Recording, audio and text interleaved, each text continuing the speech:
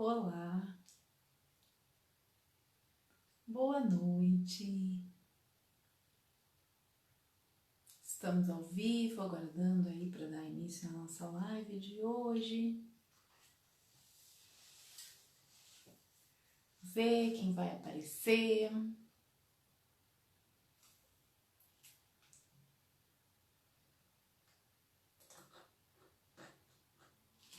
Aguardar aí um pouquinho mais. Como é que vocês estão? Quem quiser deixar seu comentáriozinho, quem quiser falar alguma coisa, vocês são sempre muito bem-vindos, os comentários são sempre muito bem-vindos. Boa noite, boa noite. Uma noite quente, né? No meio do nosso inverno. Eu tô de manga curta aqui. Boa noite, boa noite. E aí, meninos e meninas? Que bom vê-los aqui. Nilce, tudo bom?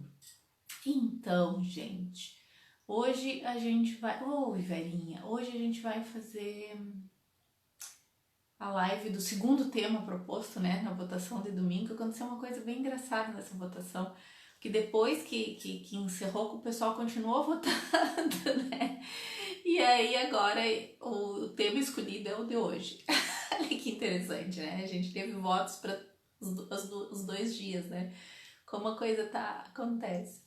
Então hoje, se nós somarmos os votos hoje, ganharia o assunto que a gente vai falar hoje, né? Então, para onde eu olho, que foi a minha proposta, né? De tema. Vocês já pensaram sobre isso alguma vez? Para onde a gente olha, né? Para onde eu olho, para onde as pessoas olham. Quem está um pouquinho mais familiarizado com as constelações familiares já ouviu algumas vezes essas expressões.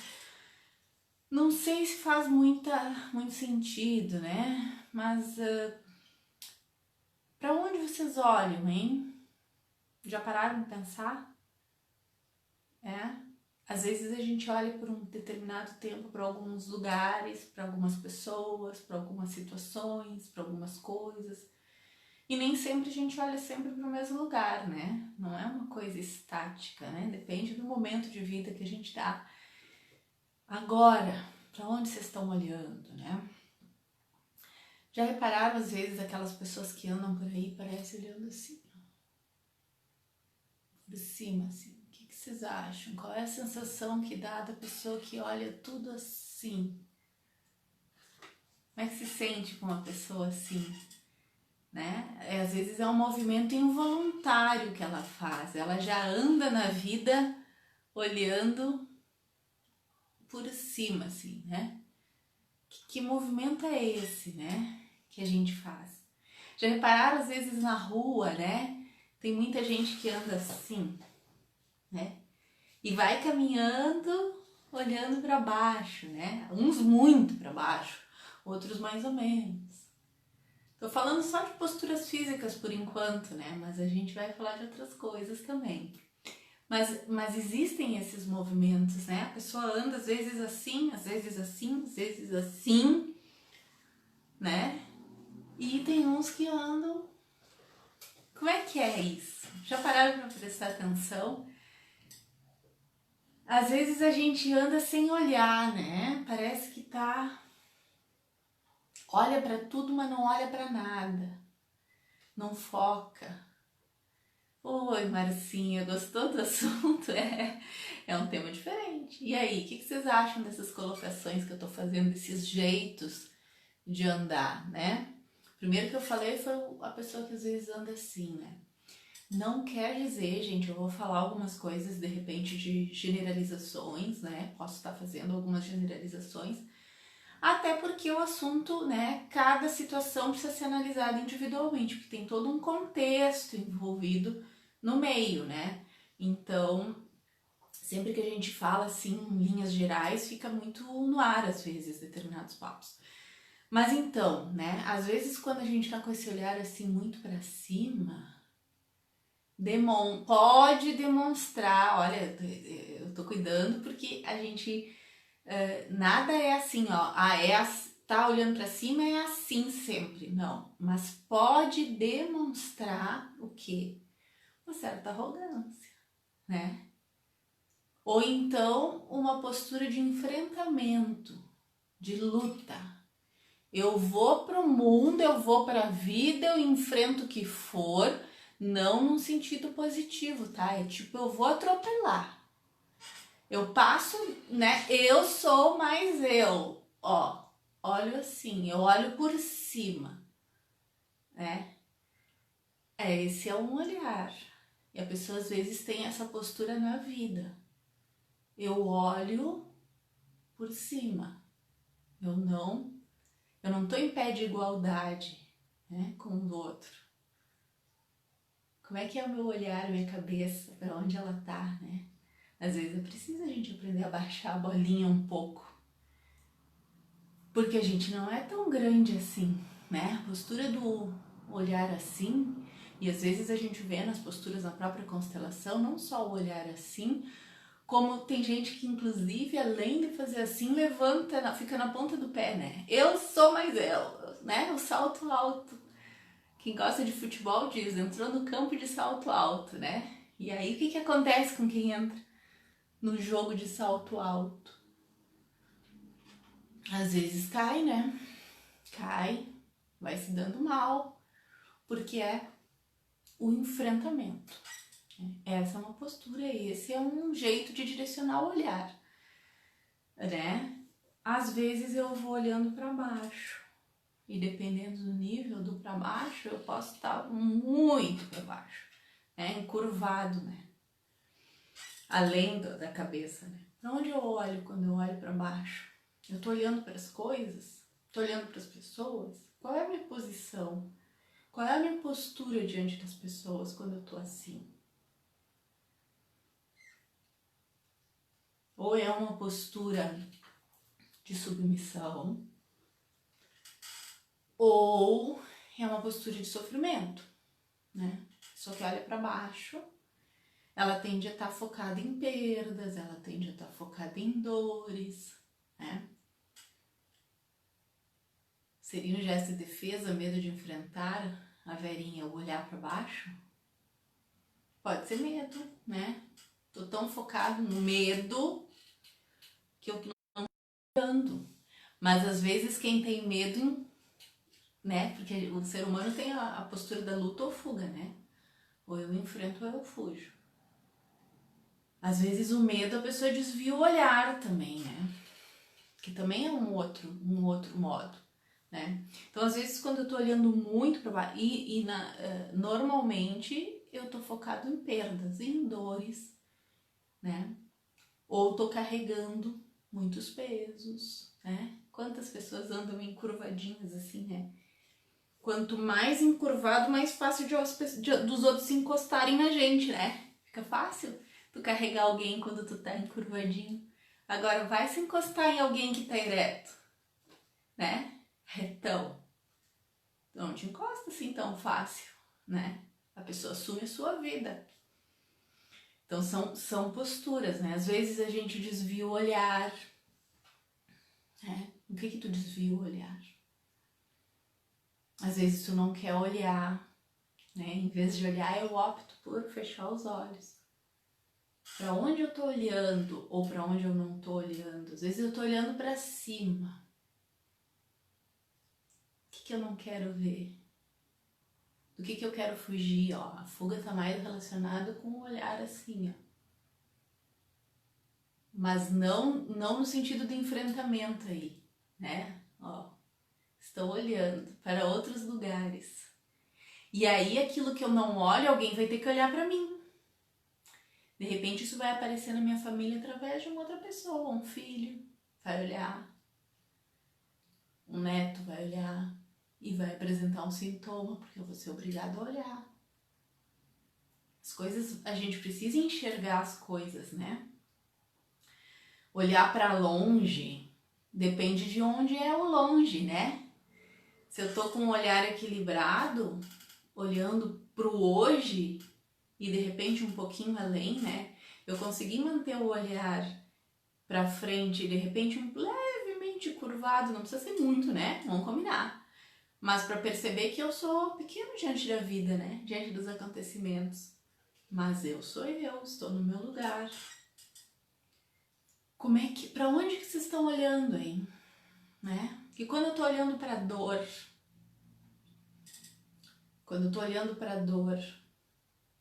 como é que eu estou? Às vezes eu olho para as minhas dores, às vezes eu olho para as dores das outras pessoas. Às vezes eu olho para o passado, às vezes eu olho para o futuro, um futuro que eu não enxergo.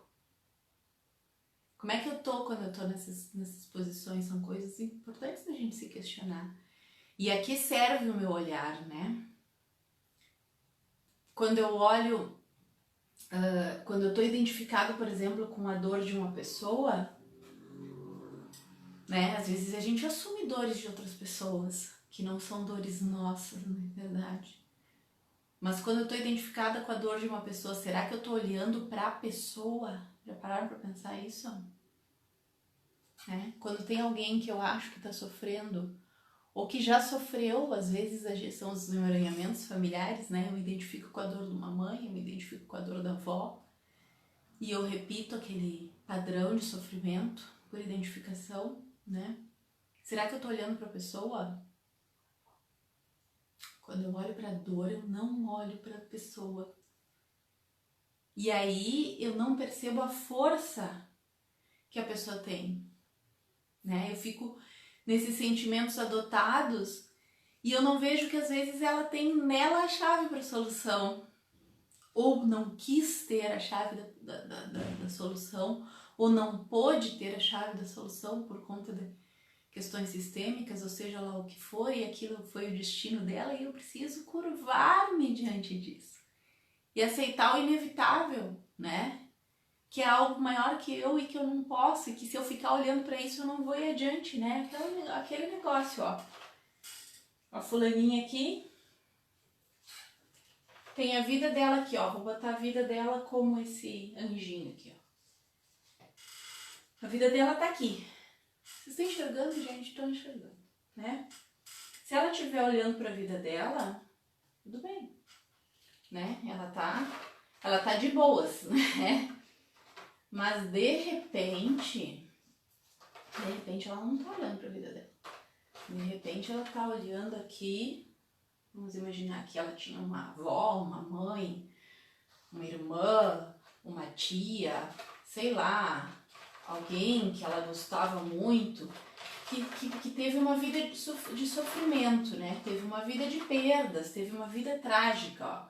Perdeu alguém aí, né? Ou seja, uma questão de sofrimento qualquer, né? Ó, o dinheirinho não teve, né? O filho não teve ou perdeu, enfim, né? Só que isso aqui, de repente, essa avó, ela não quer olhar, né? Essa tia, essa sei lá o quê.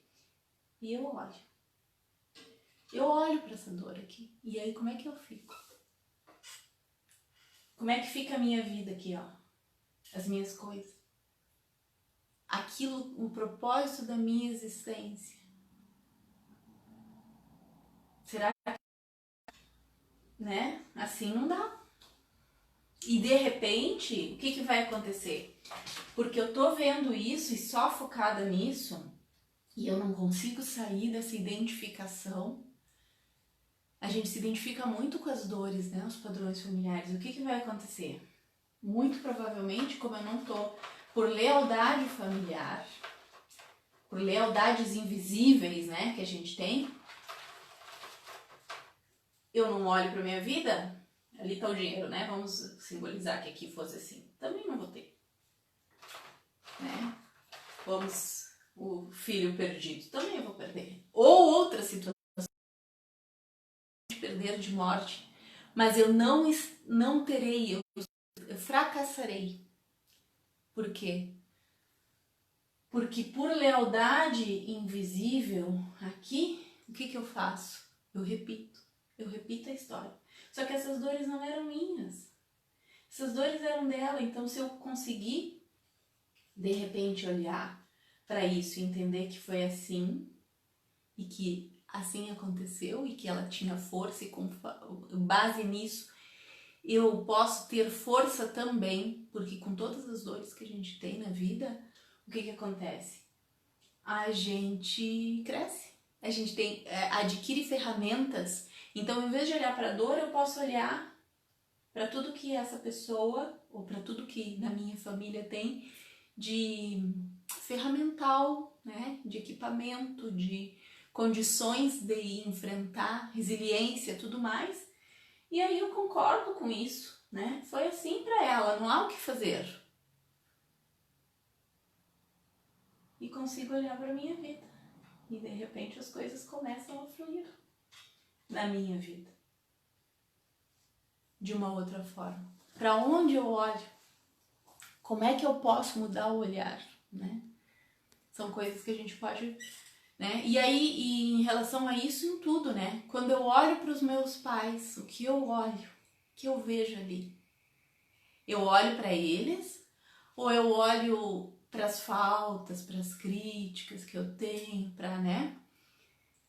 Para eu olhar para eles, eu preciso olhar além deles, que além deles tem toda uma história, gerações e gerações para trás, e que ali a vida veio de longe. Então, quando eu consigo olhar para eles, olhando além, né? Isso para lá de longe, isso tira aquele poder, vamos dizer assim, de certa forma dos pais, e de certa forma nos liberta também, e liberta eles. Porque eles têm uma dignidade maior aí. Porque além disso, eles estão conectados a uma geração passada. Gigante, uma corrente gigante de gerações. E isso nos libera para a gente viver o nosso, né? Com a força, com os aprendizados, porque a gente só foca, só olha porque não foi bom. E mesmo que não foi bom, teve uma função, né? Entender que há propósitos que nos escapam, de repente, o entendimento, mas que trazem força, coragem, resiliência, quando a gente toma e olha de olho aberto para isso, né? Então, quando eu olho para um parceiro, né, eu só vejo aquela pessoa, e quando eu olho para um parceiro, né, e é muito normal, né, comum, por exemplo, no início das relações, né, o casal olha um pro outro. E é lindo. E aí eu olho só um pro outro. Chega uma hora que isso aqui não dá mais. Porque isso aqui é preciso olhar para algo mais. E esse algo mais pode ser filho. Pode ser outras coisas. Um propósito em que os dois trabalhem. E aí quando eu falo um casal, eu não tô falando só de um casal homem e mulher, né, gente? É que, claro, pode ser uma parceria homoafetiva, por que não, né? Então, quando olha, né, é necessário que depois desse primeiro olhar, a gente olhe para algo mais. Que pode ser, né, filhos, ou pode ser um projeto em comum, algo que eu doe, que o casal doe para a vida, né, de positivo. Mas quando a gente olha para o parceiro, o que eu vejo? Porque não é só o parceiro, é tudo mais que tem, né? E também não posso olhar só para a dor que ele carrega. Enxergar a força que está nele, né? Olhar para o destino, às vezes difícil, que a pessoa tem que carregar quando eu olho para alguém, seja um pai, seja um filho, seja alguém que eu gosto, né? Seja um parceiro, uma parceira.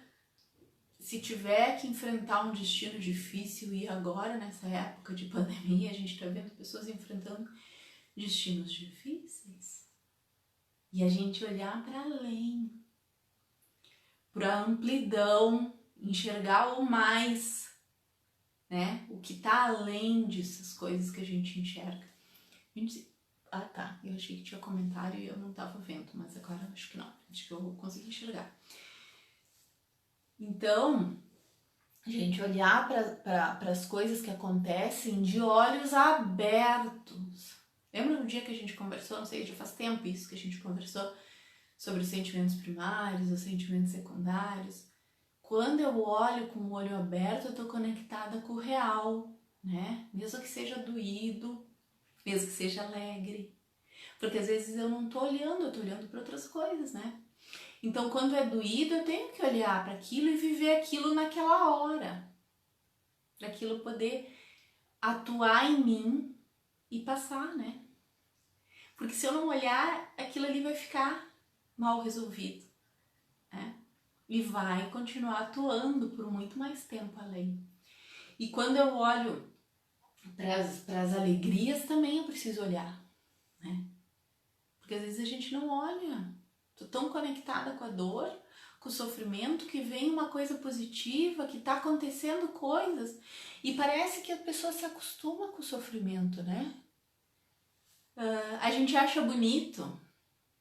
Olha, Marcinha, às vezes é preciso ter coragem para olhar para o real. Perfeito, Márcia. Essa palavra é a certa. Coragem. Coragem para olhar para o real, porque a gente foge para o mundo das idealizações.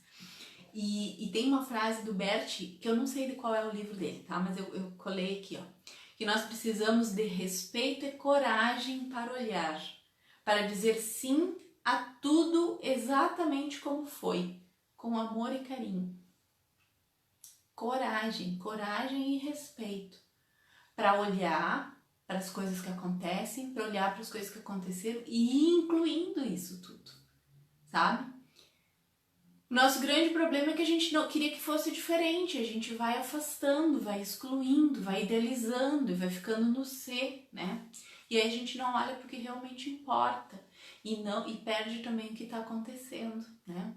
E a gente também tem que tomar muito cuidado, porque essa tendência da gente querer de se apegar ao sofrimento, né? Ó, o que o Regis colocou. Nem sempre é fácil por causa das distrações. Mas se eu souber olhar em todas as situações para a essência, estou no caminho certo. De que distrações, a que distrações tu quis se referir aí, Regis? Eu gostei muito desse comentário. Nem sempre é fácil olhar, né, para o real por causa das distrações. Mas se eu souber olhar em todas as situações para a essência, estou no caminho certo. Porque tem vários tipos de distração, né, que a gente encontra no nosso caminho, né? E hoje em dia o mundo é cheio de distrações, mas sempre foi, né? A gente se distrai, às vezes, com coisas que não são nossas. Não tô falando só da distração do celular, né? Que também é uma distração, né? A gente olhar para as outras coisas. Esses dias eu mexi com a Esther, né? Porque o que aconteceu? Eu cheguei toda empolgada para dar um beijo, para não sei o quê, para fazer carinho, parará, e ela lá olhando o celular, né?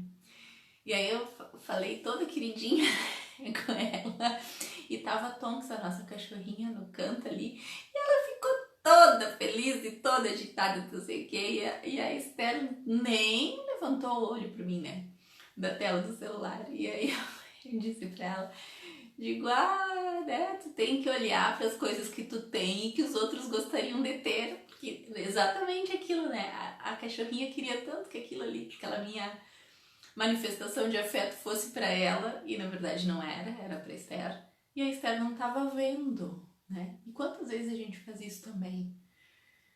As coisas estão acontecendo e a gente está em outro lugar, né? Claudinho, ó, a nossa fronteira e o mundo precisa de um olhar mais coletivo. Isso também, Cláudio. Olhar além dos interesses pessoais, né? Olhar além dos interesses pessoais. Olhar para o coletivo também, né? Porque quando a gente faz algo além dos nossos próprios interesses, a gente recebe também um retorno, né? Aceitar as provações e ter fé e coragem para superar, Solange, isso também. Mas não há limites. E que quando aparecem os limites, a gente precisa se aceitar mesmo, a gente precisa baixar a cabeça, a gente precisa se perceber limitado, ser limitado que nós somos, né?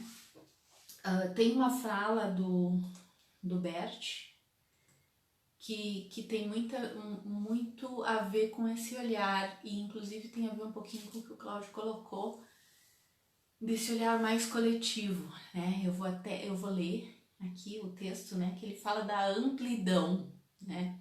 Ele diz assim: muitos problemas surgem porque nós nos agarramos, por assim dizer, ao próximo e ao estreito.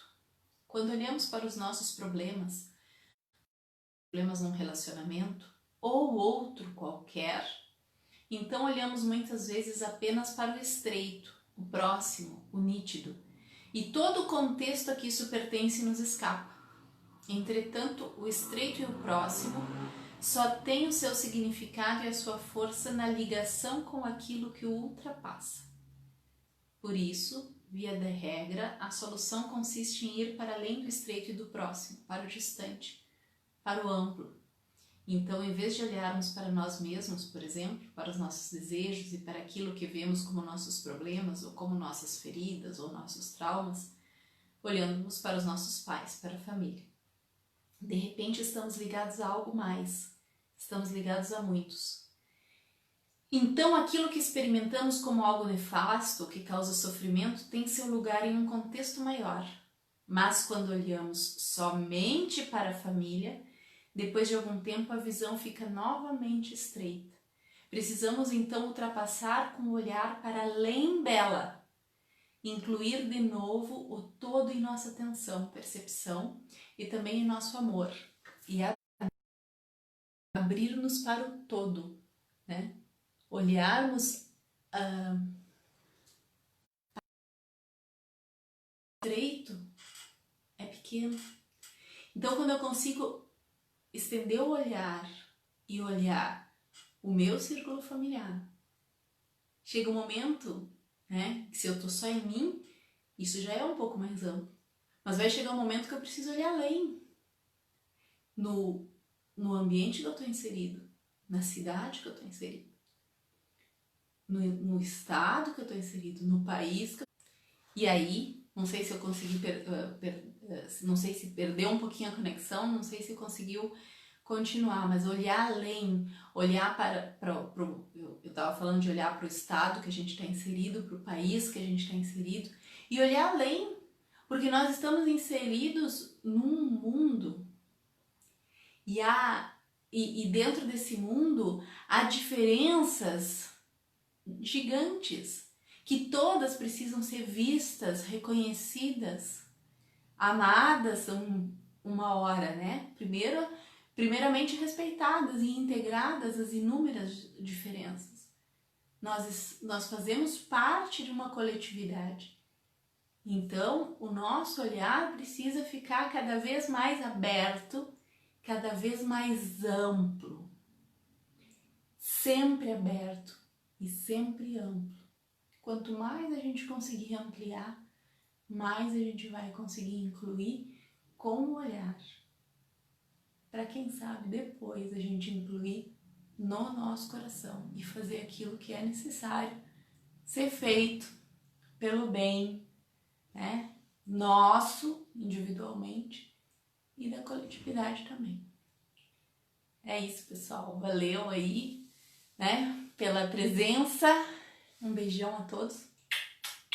Nos vemos aí na quinta-feira, tá bom?